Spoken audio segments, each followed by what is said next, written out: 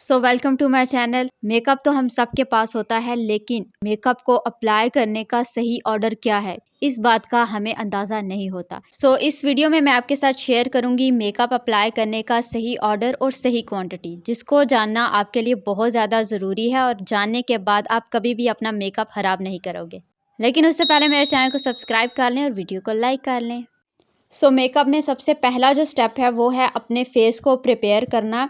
Prepare करने के लिए आपने 2 छोटे से स्टेप करने हैं। सबसे पहले आपने अपने फेस को अच्छी तरह से एक अच्छे क्लींजर के साथ वॉश कर लेना है। जब मैं फेस की बात कर रही हूँ तो इसमें आपके होंठ भी शामिल है, गर्दन भी शामिल है।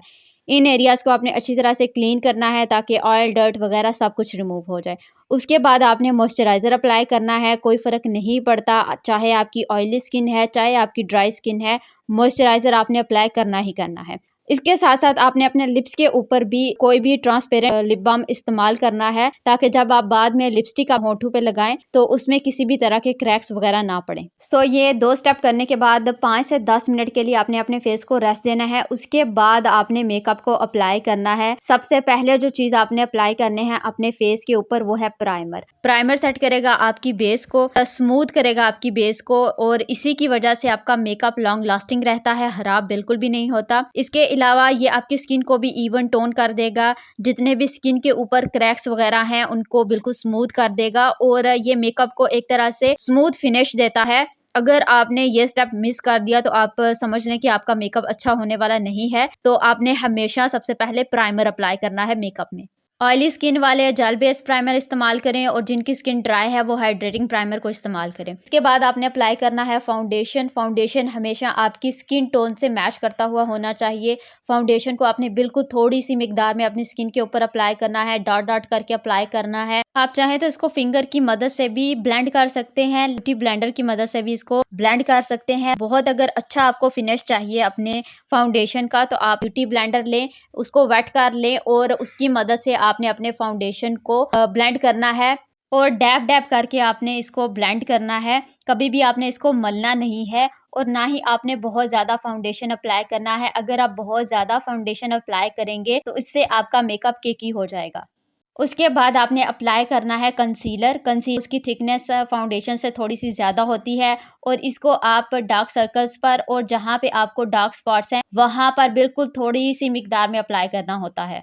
अगर आपके लिप्स के ऊपर डिस्कलरेशन है तो उसको कवर करने के लिए भी आप वहाँ पर कंसीलर को अप्लाई कर सकते हैं। एक बिल्कुल हल्का सा डॉट आप जहाँ पे आपका डार्क स्पॉट है वहाँ पे इसका अप्लाई कर, और फिर उसी को अच्छी तरह से फैला लें। फिंगर की मदद से पहले फैला लें, फिर आप ब्यूटी ब्लेंडर से भी उसको अच्छी तरह से ब्लेंड कर लें। इसके बाद आपने करना होता है अपने मेकअप को सेट करने के लिए आपने कॉम्पैक्ट पाउडर लेना है, या फिर आप फेस पाउडर, दोनों में से जो भी आपके पास है उसको लेके आपने अपने मेकअप को अच्छी तरह से कंसील कर लें। उसके बाद स्टेप आता है कॉन्टोरिंग का, लेकिन ये एक ऑप्शनल स्टेप है। अगर आप इस स्टेप को करना चाहते हैं तो आप कर सकते हैं, अगर आप इस स्टेप को स्किप करना चाहते हैं तो वो भी आप करते हैं।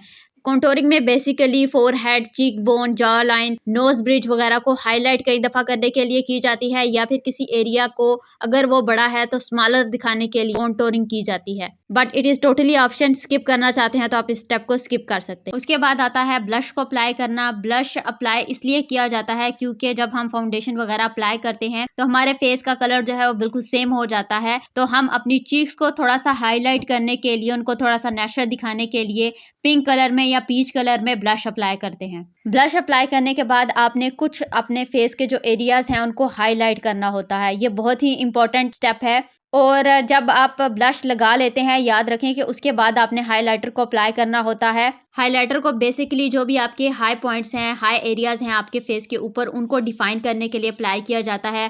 उनके ऊपर एक नेचुरल शाइन देने के लिए अप्लाई किया जाता है।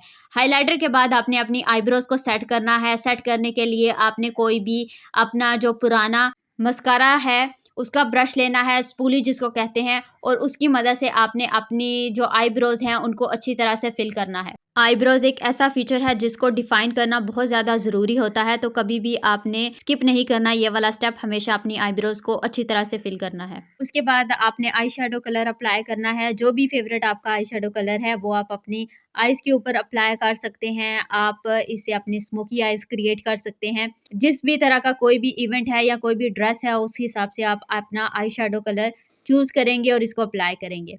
उसके बाद आपने अप्लाई करना होता है आई लाइनर। आई लाइनर थोड़ा-सा अगर आप मोटा अप्लाई करते हैं तो वो बहुत ही प्यारा लगता है। अगर आपको इतनी अच्छी प्रैक्टिस नहीं है आई लाइनर अप्लाई करने की तो आप पेंसिल आई लाइनर को चूज़ करें और मस्कारा अप्लाई करें इसके बाद, ताकि आपकी जो आई लैशेज़ हैं वो भी डिफ़ाइन हो जाएँ। एक और बात आपने याद रखनी है कि हमेशा आपने जो आई लाइनर है, मस्कारा है, वो वाटरप्रूफ चूज़ करना है, चाहे आप मेकअप कर रहे हैं या नहीं कर रहे। अगर आप बाय भी करना चाहते हैं, तो हमेशा जो आई लाइनर है, मस्कारा है, वाटरप्रूफ ही आपने लेना है। उसके बाद आपने अपनी लिप्स को फिल करना है। लिप्स को हमेशा लिप लाइनर पहले आपने अप्लाई करना है और उसके बाद जो है वो उसके अंदर लिप्स को फिल करना है, जो भी आपकी फ़ेवरेट लिपस्टिक है उसकी मदद से, ताकि आपकी जो लिप्स वाला एरिया है वो भी अच्छी तरह से डिफ़ाइन हो जाए। उसके बाद आपने थोड़ा-सा डिस्टेंस रख के अपने फेस के ऊपर सेटिंग स्प्रे यानी कि मेकअप सेटिंग स्प्रे अप्लाई करना है और मेकअप सेटिंग स्प्रे को अप्लाई करने के बाद मेकअप को अच्छी तरह से सेट होने देना है, क्योंकि जब आप मेकअप सेटिंग स्प्रे अप्लाई करते हैं